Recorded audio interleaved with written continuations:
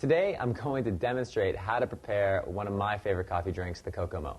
Now, you're going to want to get your coffee mug ready and your hot coffee and hot cocoa.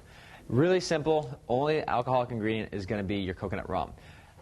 I opt for Malibu. It's a classic, it's a standard, it needs to be behind every bar. But if you're not feeling it, I would recommend Parrot Bay, the Captain Morgan brand, or another coconut rum of your choice, whatever you happen to like. But like I said, I'm going to stick with Malibu.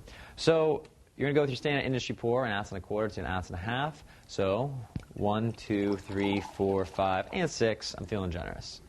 Then we're going to go equal parts of coffee to hot chocolate or hot cocoa. Ready? Just pouring in together simultaneously, and that is going to be your Cocomo.